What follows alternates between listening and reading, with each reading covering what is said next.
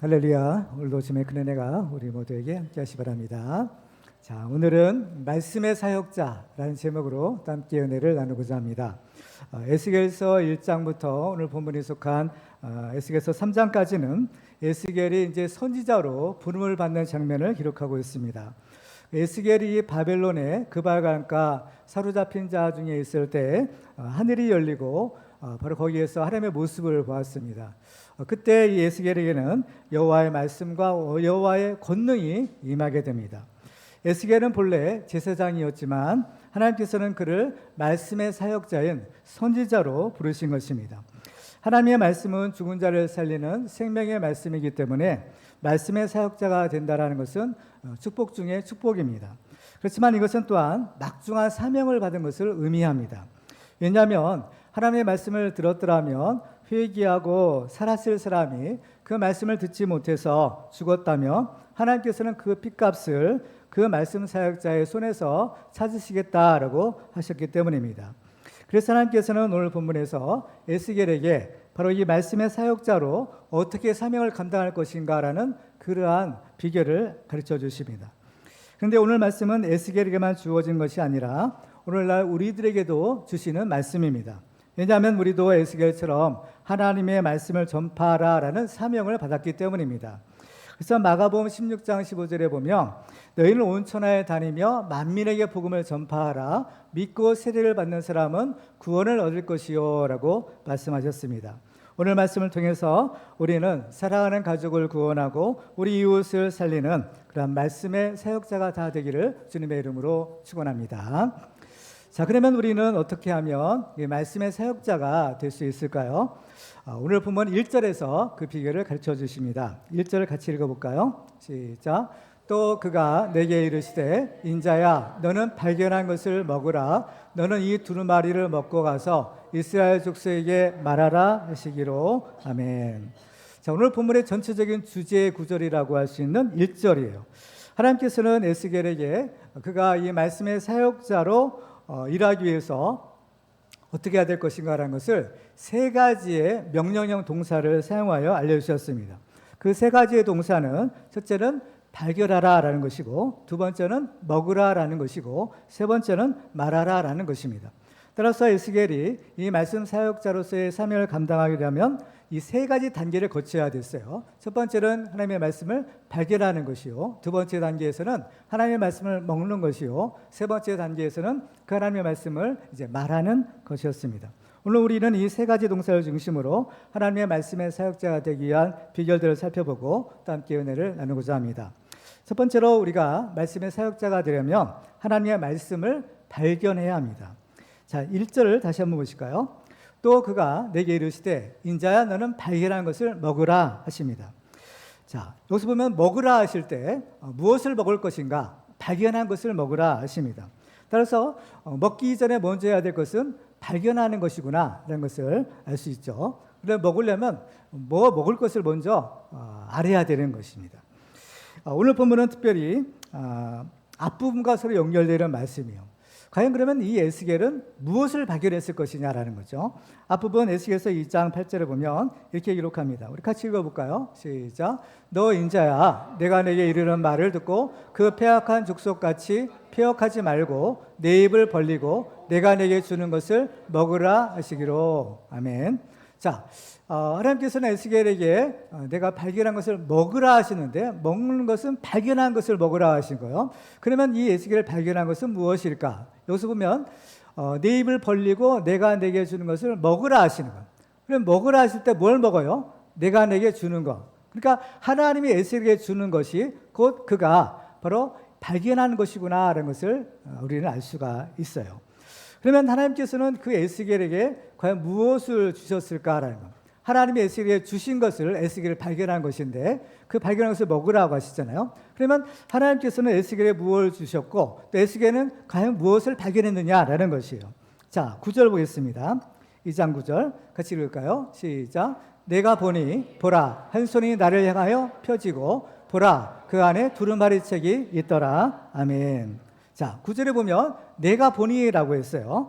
에스겔이 이제 본 것을 우리에게 증언하고 있는 거죠. 그런데 에스겔이 과연 무엇을 보았을까? 에스겔은 자기가 본 것을 강조하기 위해서 보라라는 말을 거듭해서 반복하고 있는 것입니다. 이것은 에스겔 자신만 본 것으로 끝나는 것이 아니라 이것은 너무 중요하기 때문에 바로 우리도 또한 보아야 된다. 그런 의미로 보아라. 자꾸 이렇게 보라는 말을 강조하고 있는 것이죠. 그렇다면 에스겔이 본 것은 과연 무엇이었느냐라는 거예요. 에스겔이 본 것은 한 손이 나를 향하여 펴졌다라는 것이에요. 여기서의 한 손이라는 것은 하나님의 손을 말합니다. 하나님의 손이 에스겔을 향하여 펴졌는데 보라, 그 안에 두루마리 책이 있더라라는 거예요. 그 하나님의 펴진 손 위에 이 두루마리 책이 놓여 있었던 것입니다. 이 두루마리 책은 하나님의 말씀을 기록한 책입니다. 그러니까 하나님께서 에스겔에게 보여주신 것은 바로 이 하나님의 말씀이었고, 따라서 에스겔을 발견한 것도 이 하나님의 말씀입니다. 그렇다면 에스겔이 먹어야 될 것도 또한 무엇이겠어요? 하나님의 말씀을 먹어야 하는 것입니다. 성경을 보면 본래 이 두루마리 책에는 봉인이 쳐져 있었습니다. 봉인이 쳐져 있다는 것은 비밀이란 뜻인 거예요. 그 내용이. 그러니까 우리나라에도 보면 이 정부의 기록물 보관소라는 것이 있어요. 정부의 이제 중요한 문서들을 보관하는 곳인데, 이 정부 기록물 가운데는 어떤 비밀 등급이 매겨져 있는 문서들이 있습니다. 그래서 뭐 1등급부터 해가지고 뭐 단계별로 등급이 이렇게 매겨져 있는데, 그래서 그 비밀이 이제 봉인이에요, 일종의 비밀이 이제 쳐진 문서는 거기에 해당되는 그 권한을 가진 사람만이 그것을 이제 열람할 수 있는 그러한 시스템이 있는 것입니다. 요한계시록에도 보면요, 봉인이 쳐진 두루마리 책에 관한 이야기가 있어요. 요한계시록 5장 1절인데요. 같이 읽어볼까요? 시작. 내가 보매 보좌에 앉으신 이의 오른손에 두루마리가 있으니 안팎으로 썩고 7인으로 봉하였더라. 아멘. 여기서의 내가 보매는 바로 사도 요한을 가리키는 겁니다. 우리 오늘 본문에서는 바로 에스겔 선지자를 말했는데, 여기 요한계시록에는 사도 요한을 말하는 거예요. 사도 요한도 보았다라는 겁니다. 자기가 본 것을 증언하고 있는 것이죠. 무엇을 보았느냐? 보좌에 앉으신 이의 오른손에, 그렇죠? 이 보좌에 앉으신 이는 하나님을 가리키는 표현이에요. 그러니까 하나님의 오른손에 무엇이 있어요? 두루마리가 있으니라는 거예요. 그러니까 지금 에스겔이 본 환상과 정확하게 일치하는구나라는 것을 우리는 알 수가 있는 것입니다. 그래서 그 하나님의 오른손에 두루마리가 있는데 안팎으로 썩고 7인으로 봉하였다라고 합니다. 이 안팎으로 썼다라는 것은 이제 그 이러면 종이라든지 두루마리가 이제 예전에 종이 역할을 했는데, 두루마리의 한 면만 안쪽만 쓴 것이 아니라 안쪽도 쓰고 바깥쪽도 썼다는 거예요. 그러니까 안팎으로 다 쓴 거죠. 그리고 이것은 뭐냐면은 그 분량이 일단 많은 거예요. 기록할 분량이 많고 또 그 내용도 자세하게 기록했다라는 것을 의미합니다. 그런데 그 두루마리 책에는 봉인이 쳐져 있는데 무려 봉인이 몇 개라고 했어요? 7개의 봉인이 쳐져 있는 거예요. 그러니까 봉인이 하나만 있어도 아무나 볼 수가 없는 건데, 근데 그 봉인이 7개나 쳐져 있는 거예요. 그렇다면 이것은 비밀 중에 비밀이라는 겁니다. 그야말로 탑 시크릿이라는 말이 있죠. 그냥 아주 이것은 기밀에 속한 내용인 거죠. 근데 문제는 이 봉인이 풀려야만 두루마리 책이 펼쳐지고 이제 그 안에 기록된 하나님의 계획, 우리 인간을 어떻게 구원할 것인가라는 그 하나님의 계획이 이제 실현이 되는데, 문제는 아무도 그 두루마리 책을 받거나 또 그 봉인을 뗄 사람이 안 보이는 겁니다. 그래서 이건 보통 사람이 할 수 있는 일이 아니에요. 그래서 요한이 이제 크게 울었죠. 야, 우리 인간의 구원은 이제 불가능하냐, 그렇죠? 절망 가운데 울게 된 거예요. 그러니까 그 옆에 있던 장로 중에 한 사람이 요한에게 울지 마라라고 이렇게 위로합니다. 왜냐하면 바로 그 두루마리 책을 받고 봉인을 뗄 사람이 있다는 거예요. 누굴까? 바로 그 사람이 바로 하나님의 어린 양 예수 그리스도인 겁니다. 그래서 계시록 5장 7절에 보면 실제로 요한이 그 장면을 봐요. 같이 한번 읽어볼까요? 시작. 그 어린 양이 나와서 보좌에 앉으신 이의 오른손에서 두루마리를 취하시니라. 아멘. 그래서 예수님께서 그 두루마리 책을 받아서 이제 어떻게 해요? 이제 봉인을 떼시는 거예요. 계시록에 보면 그 봉인을 떼는 장면들이 있잖아요. 그래서 이제 그 비밀이 이제 풀려지는 거죠. 열려지는 거예요. 그래서 그 계시가 이제 펼쳐지게 되는 겁니다. 그래서 예수님께서 이 땅에 오셔서 천국 복음을 전하시잖아요. 천국 복음을 전하실 때 제자들에게 뭐라고 하시는가 하면, 천국의 비밀을 아는 것이 너희에게는 허락되었다라고 하십니다. 그렇죠? 천국의 비밀이라고 했어요. 그죠? 이 복음이 비밀. 그죠? 이것이 이제 너희에게는 허락되었다. 너에게는 이제 내가 알려준다. 이런 뜻인 겁니다. 그래서 사도 바울도 고린도서 4장 1절에 보면 이런 말을 해요. 같이 읽습니다. 시작. 사람이 마땅히 우리를 그리스도의 일꾼이요 하나님의 비밀을 맡은 자로 여길지어다. 아멘. 하나님의 비밀을 맡은 자, 그렇죠? 이 비밀이 과연 무엇인가 하면 그 7 복인이 쳐진 두루마리 책의 비밀 중에 비밀은 바로 예수 그리스도입니다. 바로 하나님의 아들이 인간이 되어 오셔서 인간의 죄를 대속하기 위하여 십자가에 달려 죽으시고 또 3일 만에 다시 살아나시는 것, 바로 이것이 이제 복음이죠. 이것이 복음의 비밀이라는 겁니다. 그렇지만 이제는 더 이상 비밀이 아니에요. 왜? 예수님 이전에는 비밀이었지만 이제 예수님이 오셔서 더 이상 그것은 비밀이 될 수 없다라는 겁니다. 그래서 로마서 16장 25절과 60절에 보면 바울이 이렇게 고백합니다. 같이 읽을까요? 시작. 나의 복음과 예수 그리스도를 전파함은 영세 전부터 감추어졌다가 이제는 나타내신 바 되었으며 영원하신 하나님의 명을 따라 선지자들의 글로 말미암아 모든 민족이 믿어 순종하게 하시려고 알게 하신 바 그 신비의 계시를 따라 된 것이니 라고 하십니다. 그렇죠. 따라서 하나님께서 이 에스겔에게 보여주시고 또 에스겔이 발견한 것은 바로 이 하나님의 비밀의 말씀이었던 것입니다. 따라서 우리는 이 하나님의 말씀이 얼마나 소중한가라는 것을 발견할 필요가 있는 겁니다.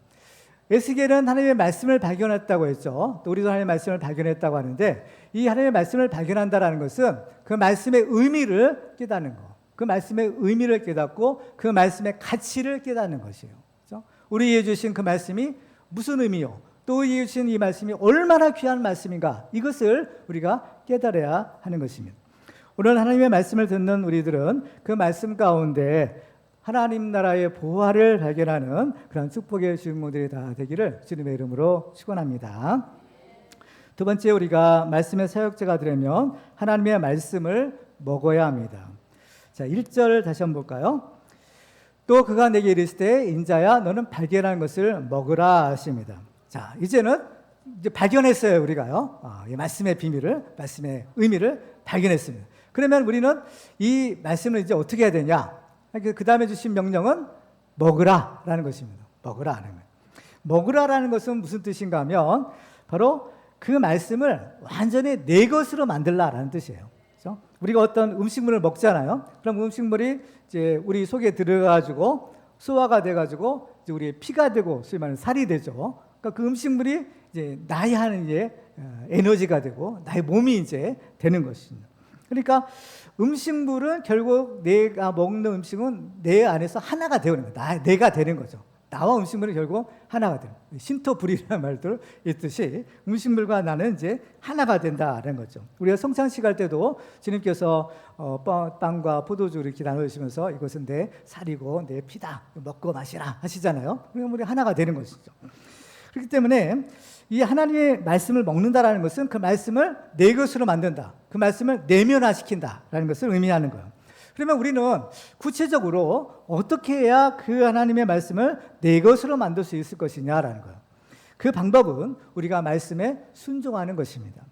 하나님의 말씀을 깨닫고 하나님의 말씀의 비밀을 발견하는 것은 너무나 귀한 은혜요, 또 축복이 아닐 수가 없습니다. 그렇지만은 그 말씀을 내가 순종하지 않는다면 그 말씀은 나와 아무런 상관이 없게 되는 것입니다. 그렇죠?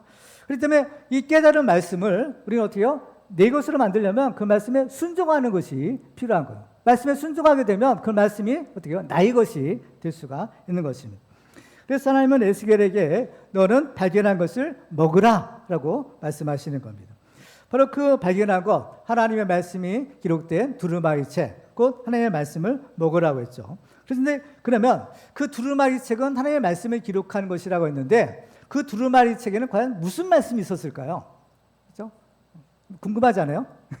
그 하나님의 말씀이 기록된 것을 먹으라 했는데 과연 그 두루마리 책에 무슨 말씀이 기록되어 있을까 궁금합니다. 그 우리의 궁금증을 해소해 주는 것이 에스겔서 2장 10절이에요. 자, 2장 10절 같이 읽어볼까요? 시작. 그가 그것을 내 앞에 펴시니 그 안팎에 글이 있는데 그 위에 애가와 애곡과 재앙의 말이 기록되었더라. 자, 우리의 예상과는 좀 정반대되죠. 주님이 주신 말씀이 뭐냐? 애가와 애곡과 재앙이래요. 이것은 다 죽음과 관련되는 것이고 죄에 대한 심판과 관련되는 말인 겁니다. 우리가 이제 이 말씀을 먹으라 할 때 그 말씀이 축복의 말씀이라고 하면 우리는 얼른 먹을 수가 있을 거예요. 그렇지만은 이 축복의 말씀이 아니라 이 에스겔처럼 애가와 애곡과 재앙의 말이라면 과연 누가 이런 말씀을 먹으려고 하겠습니까? 그렇지만 하나님께서는 에스겔에게 그 말씀을 먹으라 하시는 거예요. 애가와 애곡과 그 재앙의 말을 먹으라 하는 거죠. 이것은 무슨 뜻인가 하면 우리가 먹어야 될 하나님의 말씀은 우리가 좋아하는 그런 축복의 말씀만이 아니라 때로는 우리의 죄악을 경고하고 심판을 경고하는 말씀도 먹어야 된다, 받아야 된다라는 것을 의미하는 겁니다. 좋은 약은 입에 쓰다는 말이 있듯이 그렇죠. 우리의 잘못을 책망하는 그러한 말씀도 우리가 먹어야만 그 말씀이 우리를 고치고 우리를 살리는 생명의 말씀이 될 수가 있는 것입니다. 자, 그렇다면 우리는 하나님 주신 말씀은 가리지 말고 다 먹어야 되는구나 이런 것을 이제 깨닫게 돼요. 그러면 우리는 그 말씀을 그냥 어떻게 먹어야 되느냐라는 것. 우리가 말씀을 받는 태도에 대해서 또 가르쳐 주는데요. 오늘 2절입니다. 2절 같이 읽을까요? 2절 시작. 내가 입을 벌리니 그가 그 두루마리를 내게 먹이시며 아멘. 자, 먼저 여기서 보니까 내가 입을 벌렸다라는 겁니다. 여기서 입을 벌린 것은 누구예요? 에스겔이겠죠. 에스겔 선지자요. 입을 벌리는 겁니다.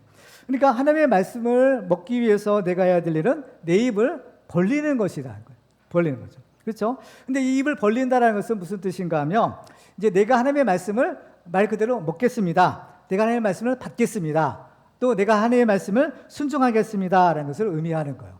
그렇죠? 그런데 이 하나님의 말씀을 우리가 받을 때 중요한 것이 있어요. 그 뭐냐?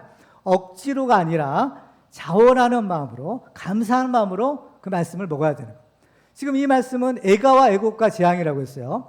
누구도 원하지 않는 것이지만 그렇지만은 어때요? 하나님의 말씀이에요. 그렇죠? 하나님의 말씀이라면 내가 원치 않아도 그 말씀을 내가 감사함으로 그러니까 기꺼이 먹겠습니다. 뭐요? 기꺼이 순종하겠습니다라고. 예수님도 그 십자가 앞에 두셨을 때, 그죠?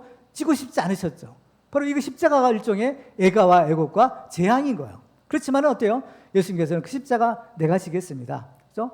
감사한 마음으로, 기쁜 마음으로 그 십자가 지신 거예요. 마찬가지로 에스겔도 비록 그것은 제가 원하지 않는 말씀이지만 먹으라 하시니까 어때요? 입을 쫙 벌린 겁니다. 그죠? 입을 쫙 벌리는 거예요. 그죠? 우리 입을 벌리는 것은 굉장히 중요해요. 입을 벌리라 성경에도 말씀하시잖아요. 그러면 내가 채우리라, 말씀을 채우리라 하시는 거예요. 새들도 보면 어미가 이제 어미새가 이제 벌레 같은 거 잡아가지고 이제 새끼들한테 입에 넣어주잖아요. 또 어떤 새끼한테 넣어주냐? 제일 크게 입을 벌리고 짹짹거리는 그 새끼한테 넣어주는 거예요. 왜? 그 새가 제일 배고프기 때문인 거예요. 그렇죠? 배부르면 입이 안 벌려집니다. 배가 고파야만 입이 벌려지는 거예요. 그렇기 때문에 우리도 하나님의 말씀을 받을 때 어떤 사람이 하나님의 말씀을 받을 수 있느냐? 입을 크게 벌리는 사람인 거예요. 그렇죠? 입을 쫙 벌리시기 바랍니다. 그렇죠? 입을 크게 벌리라 하시죠. 그러면 크게 채워주시는 거죠. 그렇습니다. 입을 꼭 다물고 있으면 우리가 먹을 수도 없고 또 먹여줄래도 또 먹여줄 수도 없어요. 그렇죠? 여러분들 애기들 이제 키울 때 보면 이제 애기들 밥 먹여줄 때 보면 어떤 애기는 입을 짝짝 벌리고 잘 받아 먹는데 어떤 애기들은 좀 이제 까다로운 애기들은 입을 꼭 다물고 그렇죠? 잘 안 먹으려고 해요. 하나 한 입 먹으면 어떻게 입 삼키지도 않고 입에 꼭 물고 있는 애기들도 있는데요. 참 엄마들이 참 고생입니다. 그렇죠? 그렇지만 어때요? 입을 짝짝 벌리고 받아주는 대로 잘 받아보면 얼마나 기분이 좋겠어요. 그렇죠? 본인에게도 좋고. 그래서 우리가 입을 크게 벌리는 것이 중요한데, 자, 에스겔 3장 2절 다시 한번 볼까요? 내가 입을 벌리니 그가 그 두루마리를 내게 먹이시며. 이제 입을 벌리니까 이제 그가 하나님이시죠. 하나님이 그 두루마리를 내게 먹이시며 먹여주셨다는 거예요. 그렇죠? 먹여주신 거예요. 그러니까 이 말씀은 누가 주시는 거예요? 하나님이 주시는 거죠. 우리가 어떻게 말씀을 어떻게 구해가지고 내가 먹는 것이 아니라 말씀은 위에서 내려주시는 거, 하나님이 주시는 거죠. 그러니까 다만 우리가 입을 쫙 벌리면 하나님이 그 입에 하나님의 말씀을 쫙 넣어주시는 겁니다. 그렇죠? 우리 그 말씀을 딱 먹기만 하면 되는 겁니다. 그러면 우리는 어떻게 그 말씀을 먹어야 되냐? 좀 더 구체적으로 그 방법을 3절에서 이렇게 말씀하고 있어요. 3절 같이 읽겠습니다. 시작. 내게 이르시되 인자야 내가 내게 주는 이 두루마리를 내 배에 넣으며 내 창자에 채우라 하시기에 내가 먹으니 그것이 내 입에서 달기가 꿀 같더라. 아멘. 자, 하나님의 말씀을 먹는데 어떻게 먹어요? 이 두루마리를 내 배에 넣고 내 창자에 채우라 하십니다. 그죠? 그러니까 우리가 하나님의 말씀을 이제 받았잖아요. 그 말씀을 물고만 있어서는 안 되고 그 말씀을 삼켜야 돼요. 그래서 배에 넣어야 되죠. 그렇죠? 그리고 어때요? 그 말씀을 먹되 조금 먹는 것이 아니라 그 창자에 가득히 찰 정도로 많이 먹어야 되는 거예요. 그죠? 일단 많이 먹어야지 차죠. 우리가 뭐 어떤 음식물을 맛있는 음식물을 어때요? 막 실컷 먹으면 어때요? 포만감이 생기죠. 더 이상 먹지 못할 정도로 그게 가득 채워지게 되는데 이 정도로 어떻게 해요? 내 창자에 채우라는 것은 하나님의 말씀을 먹되 조금 찔끔찔끔 먹지 말고 아주 그냥 주시는 대로 그냥 마음껏 먹으라는 거예요. 가득 채울 정도로 먹으라라고 하시는 겁니다. 그렇죠? 그래서 이 하나님의 말씀을 받을 때 우리의 마음 제세요. 자, 10절 다시 한번 볼까요? 같이 읽습니다. 시작. 또 내게 이르시되 인자야 내가 내게 이를 모든 말을 너는 마음으로 받으며 귀로 듣고 라고 하세요. 그러니까 하나님의 말씀을 들을 때 귀로만 듣고 흘려보내는 것이 아니라 마음으로 받으라는 거예요. 귀로도 듣고 마음으로도 받으라는 거예요. 귀로 들은 말씀을 어떻게 해요? 마음에 채우라라는 거죠. 말씀을 새기는 거예요. 마음판에 말씀을 새기라 하시죠. 그러니까 그 말씀을 먹었어요. 그죠? 그 말씀을 먹으니까 어떻게 됐어요? 그것이 내 입에서 달기가 꿀 같더라 라고 하시는 거예요. 그죠? 그러니까 우리가 이 하나님의 말씀에 순종하게 되면 하나님의 말씀의 능력을 체험하게 되는 겁니다.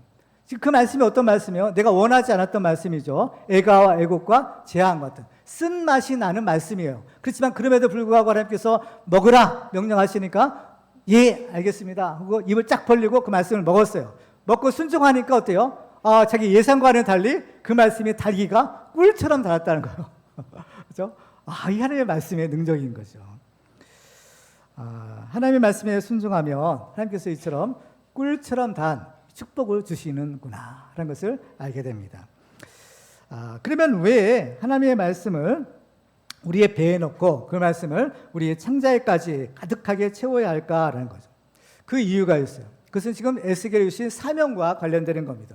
에스겔이 주신 사명이 무슨 사명이에요? 선지자의 사명, 곧 말씀의 사역자의 사명, 하나님의 받은 말씀을 전하는 사명이죠. 그 말씀을 전하려면 먼저 뭘 해야 돼요? 발견한 말씀을 먹어야 되는 겁니다. 먹되 가득하게 채워질 정도로 먹어야 되는 겁니다. 그래야만 하나님의 말씀을 전할 수가 있는 것입니다. 왜냐하면 지금 에스겔은 하나님의 말씀을 전하려고 하죠. 하나님의 말씀을 전하려고 하는데 이 사람의 말은 사람의 그 마음에 쌓은 것에서 나오기 때문인 겁니다. 그러려면 어떻게 해요? 자, 마태복음 12장 35절 같이 읽어볼까요? 시작. 선한 사람은 그 쌓은 선에서 선한 것을 내고 악한 사람은 그 쌓은 악에서 악한 것을 내느니라. 아멘. 그러면서 열매를 보아 나무를 안다 하시면서 그 입에 말을 보면 그 사람을 알 수 있다고 하는 거예요. 그러니까 어떤 사람이 선한 말을 해. 그러면 그 사람의 속에 뭐가 있어요? 선한 것이 가득해. 어떤 사람이 악한 말을 해. 그럼 그 사람의 속에 뭐가 있다는 거예요? 악한 것이 가득한 거예요. 그게 증거인 거죠. 따라서 지금 이 에스겔은 무슨 말을 해야 돼요? 무슨 말씀을 전해야 돼요? 하나님의 말씀을 전해야 돼요. 그러려면 그 속에 뭐가 있어야 돼요? 하나님의 말씀이 있어야 되죠. 하나님의 말씀이 가득 채워져야만 에스겔이 입을 벌리면 무슨 말씀이 나와요? 하나님의 말씀이 나오게 되는 거예요. 그래서 베드로전서 4장 11절 볼까요? 만일 누가 말하려면 하나님의 말씀을 하는 것 같이 하고 누가 봉사하려면 하나님의 공급하시는 힘으로 하는 것 같이 하라라고 했어요. 그러니까 우리가 무슨 말을 하려면 하나님의 말씀을 하는 것 같이 하라고 했죠. 하나님의 말씀을 하려고 하면 어떻게 해요? 우리 마음속에 뭐가 채워져야 돼요? 하나님의 말씀이 채워져야 되는 거예요. 그래서 하나님의 말씀을 먹으라, 배에 넣고 창자에 가득 채우라라고 하시는 것입니다. 자, 여기서 보면 지금 그 에스겔과 에스겔에 전해야 되는 이스라엘 사람들 두 종류의 대조적인 모습을 발견하게 돼요. 패역한 이스라엘 백성들은 하나님의 말씀에 불순종합니다. 그래서 그들은 하나님의 말씀 대신에 자기들 배에 무엇을 채우는가 하면 탐욕과 부정과 우상 숭배를 채우는 거예요. 그러니까 그 사람들이 하는 것이 다 뭐예요? 말하거나 행동하는 것이 다 거짓된 거, 음란한 거, 또 우상 숭배하는 것, 그것들밖에 안 나오는 거예요. 왜? 그 속에 그런 것들이 가득 찼기 때문에. 하나님의 말씀을 거부한 결과예요. 그렇지만 이 에스겔은 어떻습니까? 온전히 하나님의 말씀에 순종했죠. 원하지 않는 말씀, 쓴 말씀이지만 그것을 어떻게 해요? 먹으라니까 먹었잖아요. 하나님의 말씀을 채우니까 어때요? 바로 그를 통해서는 하나님의 말씀이 선포될 수 있게 된 겁니다. 그랬죠. 우리가 인생을 살아가는 동안에 우리는 행복한 삶을 원합니다. 그렇지만 우리가 원하는 행복한 삶이라는 것은 세상이 줄 수 있는 것이 아니라 오직 하나님만이 줄 수 있는 것이고, 하나님께서는 그 축복을 누구한테 주시느냐? 바로 하나님의 말씀에 순종하는 사람에게 주시는 축복인 것입니다. 그래서 우리가 이 하나님의 말씀에 순종하는 것이 너무나 참 중요한 것인데, 그 말씀을 먹으라 한 것은 결국 하나님 주신 그 말씀을 이제 내 삶으로 살아내는 것을 말하는 거예요. 하나님의 말씀을 채운다는 것은 순종한다는 것인데, 하나님의 말씀을 가득히 채우면 우리의 삶이 뭐가 되겠어요? 하나님의 말씀이 되는 겁니다. 하나님의 말씀이 우리의 삶으로 살아내지는 것, 바로 이것이 하나님의 말씀을 먹고 하나님의 말씀으로 채우는 것을 말하는 거예요. 그래서 어떤 사람을 보면 저 사람은 하나님의 사람, 하나님의 말씀의 사람이구나 라는 것을 우리가 알 수 있는 거죠. 이런 사람이 누구였겠어요? 바로 말씀이 육신이 되어 오신 예수님이 말하는 거죠. 그렇죠? 예수님처럼 우리가 돼야 되는 거예요. 그러려면 우리도 하나님의 말씀 채우고 그 말씀대로 순종함으로써 매일매일 예수님 닮아가는 사람, 그렇죠? 매일매일 하나님의 말씀대로 살아가는 사람, 그런 말씀의 사람이 축복의 주인공이 될 수가 있는 것입니다. 그래서 에스겔이 하나님의 말씀을 먹고 그 배에 가득 채워 이 선지자의 사명을 감당했던 것처럼 우리도 하나님의 말씀을 우리의 마음에 가득 채워서 하나님의 말씀만 전하는 말씀의 사역자가 다 되시기를 주님의 이름으로 축원합니다. 마지막으로 우리가 말씀의 사역자가 되려면 하나님의 말씀을 이제 말해야 합니다. 자, 4절을 볼까요? 자, 말하라고 이제 말씀을 먹으라고 하셨는데 말씀을 먹었어요. 그랬더니 이제 또 뭐라고 하시는가 하면 4절 말씀 같이 있습니다. 시작. 그가 또 내게 이르시되 인자야 이스라엘 족속에게 가서 내 말로 그들에게 구하라. 아멘. 하나님 주시는 이제 명령이 이제 주어지는데 뭐냐? 내 말로 그들에게 구하라는 거예요. 지금 이 에스겔의 사명은 선지자 사명, 말씀의 사역자인데, 말씀의 사역자라는 것은 하나님의 말씀을 받아서 그 말씀을 전하는 사람이죠. 전하는 사명이 있잖아요. 그런데 말은 에스겔이 해요. 그죠? 말씀은 에스겔이 선포하는데 그 말의 내용은 자기 말이 아니라 하나님의 말씀인 거죠. 그래서 내 말로 그들에게 구하라. 그래서 선지자들은 여호와께서 이렇게 말씀하셨습니다 하고 나서 하나님의 말씀을 전했던 거예요. 이게 바로 여호와 하나님의 이름으로 바로 그들에게 말씀을 전했던 것이죠. 그래서 에스겔이 보내진 사람, 누구한테 가서 하나님의 말씀을 전하느냐? 그것은 바로 이스라엘 족속에게 가라라고 하시는 거예요.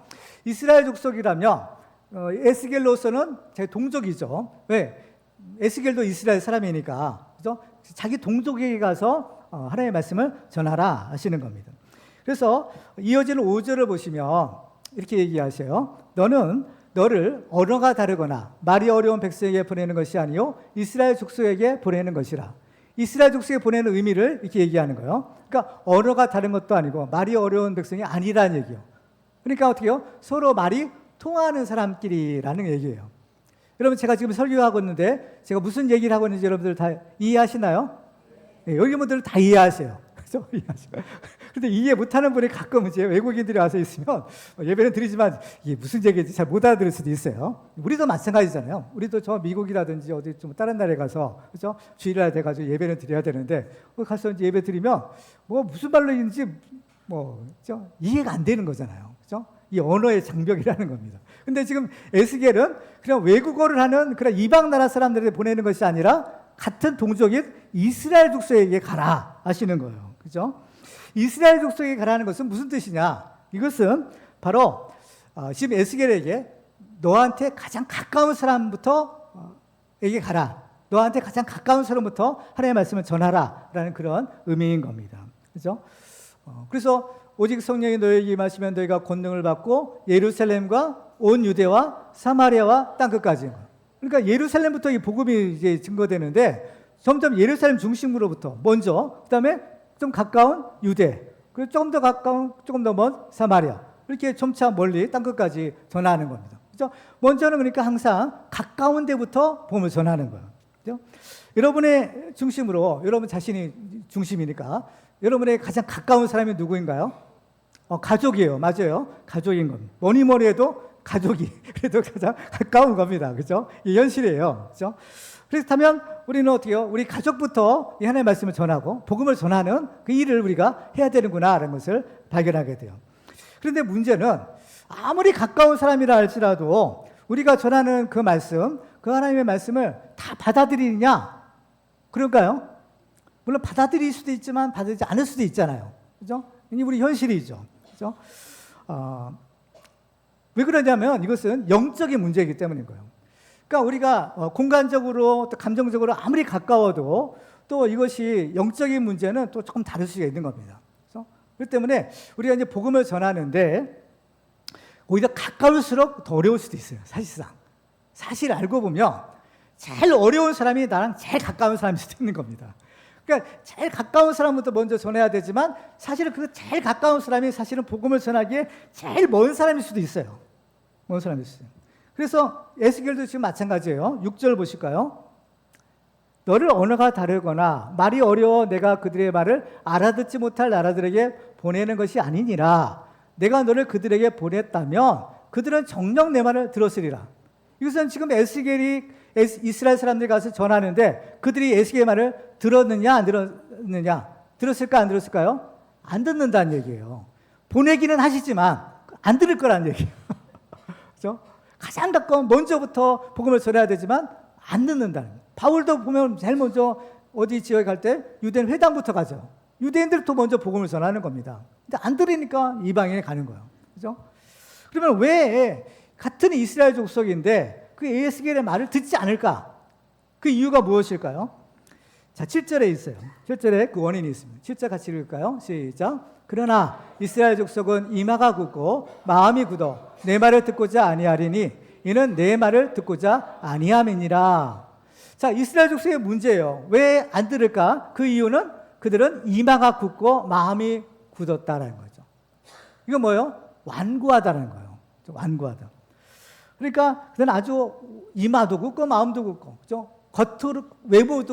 겉으로도 굳어지고 속으로도 굳어지고 완고한 것이까지 겹쳤죠. 그냥 완고하고 또 아주 고집이 센 완악한 자들이라는 거죠. 그 때문에 그들이 내 말을 듣고자 않을 것이다 하는 거예요. 근데 내 말을 듣고자 않는 것은 그 이유는 또 뭐예요? 이는 내 말을 듣고자 아니합니다. 내 말은 누구 말이에요? 하나님의 말씀이죠. 그러니까 그 이스라엘 족속들이 지금 에스겔이 전한 말을 듣지 않을 것인데 그들의 이유는 뭐예요? 에스겔 말 이전에 에스겔 전하는 말은 누구의 말이요? 하나님의 말씀이요. 하나님의 말씀을 듣고자 아니하기 때문에 결국 내 말도 안 들을 거라는 얘기예요. 그러니까 에스겔은 하나님의 말씀을 전하잖아요. 그들이 에스겔의 말을 듣지 않고 에스겔을 거부하는 까닭은 그들이 하나님의 말씀을 듣기 싫어하기 때문에 에스겔이 전하는 하나님의 말씀도 안 듣는다는 거죠. 안 듣는다. 우리가 전도할 때 극복해야 될 것 중에 하나가 거절에 대한 두려움이라고 합니다. 그렇지만 그들이 거절하는 것은 내가 아니라 하나님을 거절하는 것이고 하나님의 말씀을 거절하는 것임을 우리가 알아야 됩니다. 그렇기 때문에 우리는 이 하나님의 말씀을 전하는 것은 쉽지가 않아요. 여러분, 전도가 쉽습니까? 전도가 어려운 거예요. 어려운 겁니다. 특히 가족 전도는 더 어려운 거예요. 그럼 우리는 어떻게 그 일을 해야 될까? 어렵다고 해서 하지 않으면 안 되죠. 그 핏값을 찾는다고 하셨으니까, 그죠? 우리는 억지로라도 해야 되는 겁니다. 그러면 우리는 어떻게 그 일을 할 수 있을까? 그래서 필요한 것이, 그죠? 능력인 거예요. 하나님은 우리에게 어떤 사명을 주실 때 사명만 주시는 것이 아니라 사명 감당할 수 있는 능력을 함께 주시는 거예요. 그래서 자, 오늘 본 8절과 9절 같이 읽어볼까요? 시작. 보라, 내가 그들의 얼굴을 마주보도록 내 얼굴을 굳게 하였고 그들의 이마를 마주보도록 내 이마를 굳게 하였으되 내 이마를 화석보다 굳은 금강석같이 하였으니 그들이 비록 반역하는 족속이라도 두려워하지 말며 그들의 얼굴을 무서워하지 말라 하시니라. 아멘.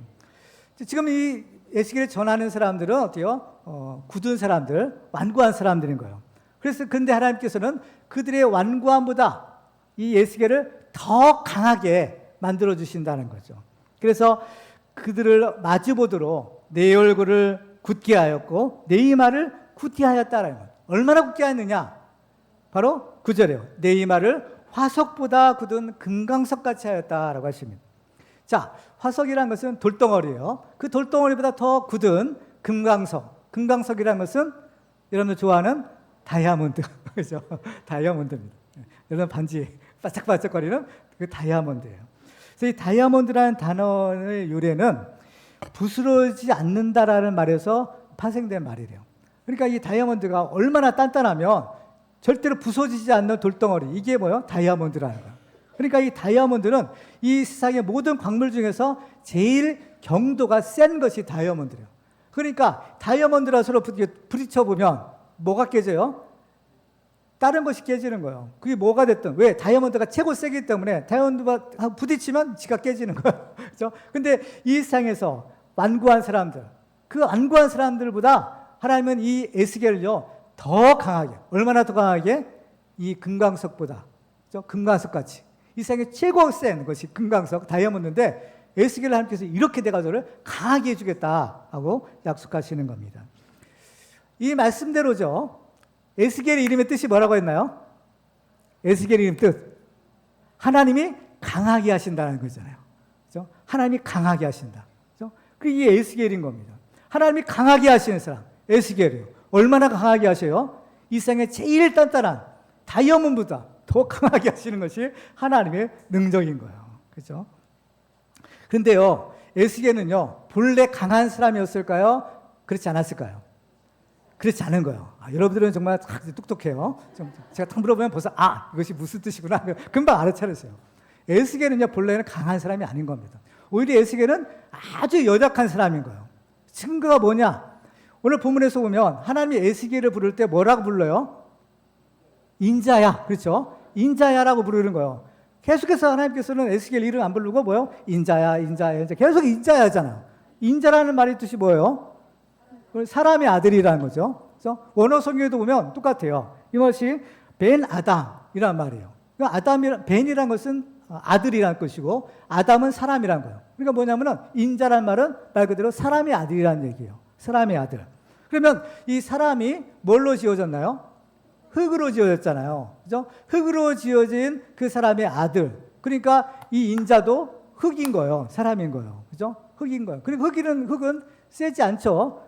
흙으로 뭐 기껏 만들어봤자 질그릇인데 그것은 뭐 금방 툭 하면 깨지고 부서지는 겁니다. 이렇게 연약한 것이 우리 인간인 거예요. 에스겔도 이러한 연약한 질그릇 같은 인생이었어요. 그렇지만 하나님께서 그를 강하게 해주시니까 어떻게 해요?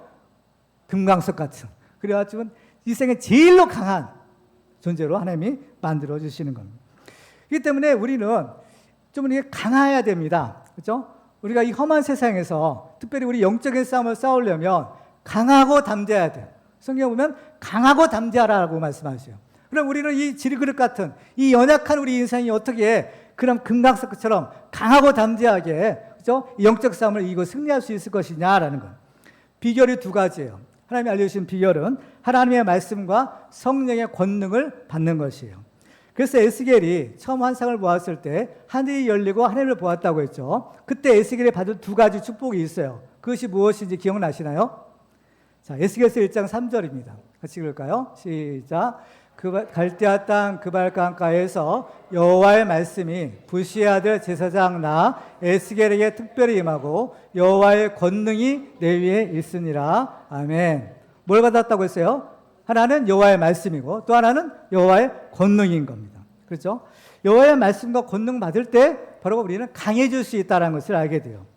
자, 하나님이 여호수아에게 주신 말씀이죠. 여호수아 1장 8절로 9절 같이 읽습니다. 시작. 오직 강하고 극히 담대하여 나의 종 모세가 내게 명령한 그 율법을 다 지켜 행하고 우러나 좌로나 치우치지 말라. 그리하면 어디로 가든지 형통하리니 이 율법책을 내 입에서 떠나지 말게 하며 주야로 그것을 묵상하여 그 안에 기록된 대로 다 지켜 행하라. 그러면 내 길이 평탄하게 될 것이며 내가 형통하리라. 내가 내게 명령하는 것이 아니냐? 강하고 담대하라. 두려워하지 말며 놀라지 말라. 내가 어디로 가든지 내 하나님 여호와가 너와 함께 하느니라 하시니라. 아멘. 그렇죠? 하나님이 모세에게 주신 하나님의 말씀을 지켜 행하면 된다는 거죠. 이것은 만고불명의 법칙이에요. 다윗이 그 아들 솔로몬에게 유언 같은 말을 남겨요. 특별히 하나님의 성전을 건축하라 부탁할 때 이런 얘기를 해요. 역대상 22장 13절이에요. 같이 읽습니다. 시작. 내가 만일 여호와께서 모세를 통하여 이스라엘에게 명령하신 모든 규례와 법도를 삼가 행하면 형통하리니 강하고 담대하여 두려워하지 말고 놀라지 말지어다. 아멘. 그렇습니다. 그래서 정말 이 하나님의 말씀만이 우리를 강하게 하는 거예요. 강하고 담대한 비결은 하나님의 말씀을 발견하고 말씀을 먹고 우리 속에 채우는 것입니다. 그렇죠? 그래서 우리는 이 말씀의 사람이 되는 것이 진짜 강한 사람이 되는 비결이구나 하는 것을 알 수가 있어요. 특별히 이 하나님의 말씀을 우리가 행하는 것이 왜 중요하냐? 우리가 말씀을 전하잖아요. 말씀을 전하는데 예를 들면 말씀을 전하는 사람이 그 자신이 하나님의 말씀을 지키지 않는다면 그 말씀이 과연 능력이 있을까요? 또 그 말씀이 과연 그 사람을 변화시킬 수 있을까요? 불가능한 거죠. 자기도 지키지 않는 말씀을 다른 사람에게 너 지켜라고 할 수가 없잖아요. 성경에 보면 이런 사람들이 누구예요? 바리새인들이었던 겁니다. 자기를 지키지도 않으면서 무거운 집을 지우는 거예요. 이런 사람들은 하나님 앞에 쓰임 받을 수가 없는 거죠. 그러니까 하나님의 말씀을 전하려면 먼저 자신이 어떻게 해요? 그 말씀을 지키고 순종해야 되는 거예요. 그래야만 그 말씀의 능력이 생기는 것입니다. 그러면 어떻게 해요? 우리 이제 담대함을 생기는 거예요. 우리가 하나님의 말씀대로 살아보세요. 우리의 말씀대로 순종해 보세요. 그러면 뭐가 생겨요? 하나님 주시는 담대함이 생기는 거예요. 하나님 주시는 강함이 생기는 거예요. 그럼 어떻게 해요? 담대하게 하나님의 말씀을 전하는 겁니다. 그래서 오늘 보면 마지막 절 11절 보실까요? 같이 읽을까요? 시작. 사로잡힌 내 민족에게로 가서 그들이 듣든지 아니 듣든지 그들에게 고하여 이르기를 주 여호와의 말씀이 이러하시다 하라. 하나님의 말씀을 선포하라는 겁니다. 그들이 듣든지 아니 듣든지 상관하지 말고 하나님의 말씀만 전하면 되는 거예요. 듣든지 아니 듣든지. 보통 들으면 좋은데 아니 들을 때는 어때요? 상처가 되죠. 우리가 전하는 사람이 상처가 되잖아요. 기분 나쁘고. 그런데 어때요? 이거 상처받지 않으려면 뭐가 있어야 돼요? 강하고 담대함이 있어야 되는 겁니다. 금강석같이 단단한 강함이 있어야만 아무리 말씀을 전해도 듣지 않을 때 내가 상처가 안 되는 거예요. 그래서 먼저 하나님의 말씀을 전하려면 내가 먼저 하나님의 말씀으로 강해져야 되는 겁니다. 이런 강함이 있어야 돼요. 우리 예수 믿는 사람은 조금 약간 얼굴이 조금 두꺼울 필요가 있어요. 그래서 말씀을 전해서 복음 전해서 안 믿으면 말고, 그렇죠? 일단 막 전해 보는 거예요. 그렇죠? 이게 사실 필요해요. 내 창피해가지고 이게 아니라, 그렇죠? 우리 얼굴을 어떻게 해요? 우리 이마 얼굴을 굳게 해주신다고 했어요. 강하게 해주신다고 했어요. 소위 말해 좀 철면피 같이, 그죠? 아무리 그죠? 복음을 대해서 반대하고 우리 욕하고 해도 끔찍도 않는 그냥 강함을 주신다는 거예요. 이런 강함이 있어야지 복음을 전할 수 있는 겁니다. 그렇죠? 이게 두려운 마음이 생기면 어떻게 복음을 전할 수 있겠어요? 그러니까 이런 담대한 마음이 생기려면 하나님의 말씀을 어떻게 해요? 받고 말씀대로 내가 먼저 살면 하나님이 이런 강함을 주시는 겁니다. 담대함을 주시는 것. 세상을 이기는 이 믿음을 주시는 거죠. 그렇죠? 그래서 바울도 아들 같은 디모데에게 주신 당부가 뭐였어요? 디모데후서 4장 2절이에요. 같이 읽을까요? 시작. 너는 말씀을 전파하라. 때를 얻든지 못 얻든지 항상 힘쓰라. 범사의 오래 참음과 가르침으로 경책하며 경기하며 권하라. 때를 얻든지 못 얻든지요. 말씀을 듣든지 안 듣든지요. 똑같은 말이에요. 그렇죠? 듣든지 안 듣든지, 때를 얻든지 못 얻든지 우리가 할 일만 하면 된다는 거예요. 우리가 할 일을 하는 거 뭐예요? 말씀 전하는 겁니다. 듣든지 안 듣든지 전하는 거. 전하는 사명은 내가 하는 거죠. 내가 하지 않으면 핏값을 찾는다고 했으니까 의무로 해도 억지로 해도 전하는 것은 내가 하는 거예요. 그러면 어때요? 결과는 어때요? 하나님께 맡기는 겁니다. 결과까지 우리가 책임지려고 하면 안 되는 거예요. 교만해요. 구원에 관한 문제는 철저히 하나님의 주권에 속한 겁니다. 그렇기 때문에 전하는 것은 내가 하는 것이지만 남의 결과는 하나님께 맡기는 겁니다. 어쩔 수 없는 거예요. 그렇죠? 다만 우리가 해야 될 일, 그 일은 전하는 일만 우리는 할 뿐인 것이죠. 그러기 위해서는 우리는요, 더 하나님의 능력을 받아야 돼요. 이런 말씀의 능력과 함께 이 말씀을 또한 잘 전할 수 있는 말씀의 권능, 이게 필요해요. 이게 뭐냐면은 성령 충만 받는 거예요. 성령 충만 받으면 우리에게는 그 권능을 힘입을 수 있어요. 자, 사도행전 1장 8절 같이 읽을까요? 시작. 오직 성령이 너희에게 임하시면 너희가 권능을 받고 예루살렘과 온 유대와 사마리아와 땅끝까지로 내 증인이 되리라 하시니라. 아멘. 자, 여기서 보면 성령이 너희에게 임하시면 너희가 뭘 받아요? 권능 받는데요. 에스겔이 하늘이 열릴 때 뭘 받았어요? 여호와의 권능을 받았다고 했죠. 여호와의 권능이 이 성령의 권능인 겁니다. 그죠? 이 권능을 받아야만 그 말씀을 능력 있게 담대하게 전할 수 있는 거예요. 그래서 우리는 이 영적 싸움을 싸우잖아요. 하나님의 전신갑주를 취하라. 할 때 우리가 갖춰야 될 이 말씀이 있어요. 그 에베소 6장 11절에 보면 이것이 뭐요? 성령의 검, 곧 하나님의 말씀을 가지라 하는 것입니다. 그래서 우리 영적 싸움에서 이기려면 성령의 검이 있어요. 말씀의 검인 거예요. 그래서 이 검으로 무장해야만 우리 영적 싸움에서 이기고 그들을 구원할 수 있는 겁니다. 그렇습니다. 그래서 우리에게는 하나님의 말씀을 전하라는 사명뿐만 아니라 말씀을 전할 때 그 말씀의 권능을 함께 주셔요.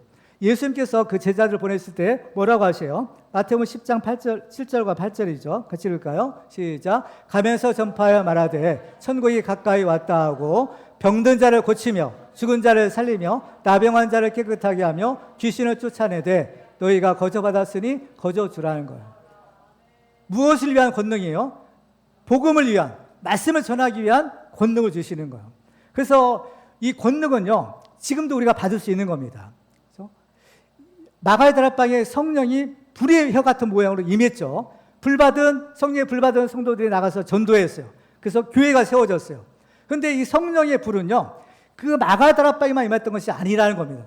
또 성경을 보면 또 성령이 임해요. 어디에 성령이 임했을까? 교회에 임했던 거예요. 자, 사도행전 4장 29절로 31절 같이 읽습니다.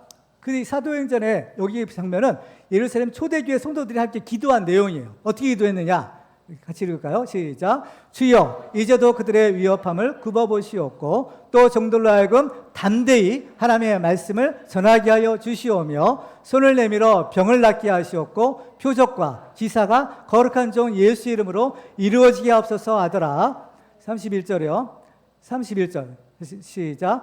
빌기를 다음에 모인 것이 진동하더니 무리가 다 성령이 충만하게 담대히 하나님의 말씀을 전하니라. 아멘.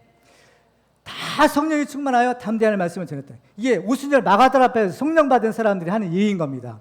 그러니까 오순절 마가다라 방에서 임했던 성령은 초대교회 성도들에게 또다시 임한 거예요. 계속해서 임했던 겁니다. 성경을 보면 어때요? 구약 시대도 마찬가지죠.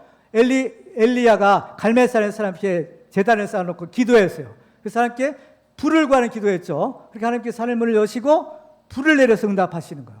그러니까 마가의 다락방에 성령이 임하신 것이 아니라 구약 시대 엘리야의 갈멜산에서도 이 하나님이 성령의 불이 임하셨고 또 이 예루살렘 초대교회도 임하셨고 또 우리 교회 피오처럼 바로 예배드리는 우리 교회에도 하나님께서 성령의 불을 내려주실 것을 믿으시기 바랍니다. 그렇습니다. 우리도 이 성령의 권능을 힘입어서 화석보다 더 굳은 금강석 같은 믿음을 가지고 강하고 담대하게 하나님의 말씀을 전하는 우리의 말씀 사역자들이 다 되기를 주님의 이름으로 축원합니다.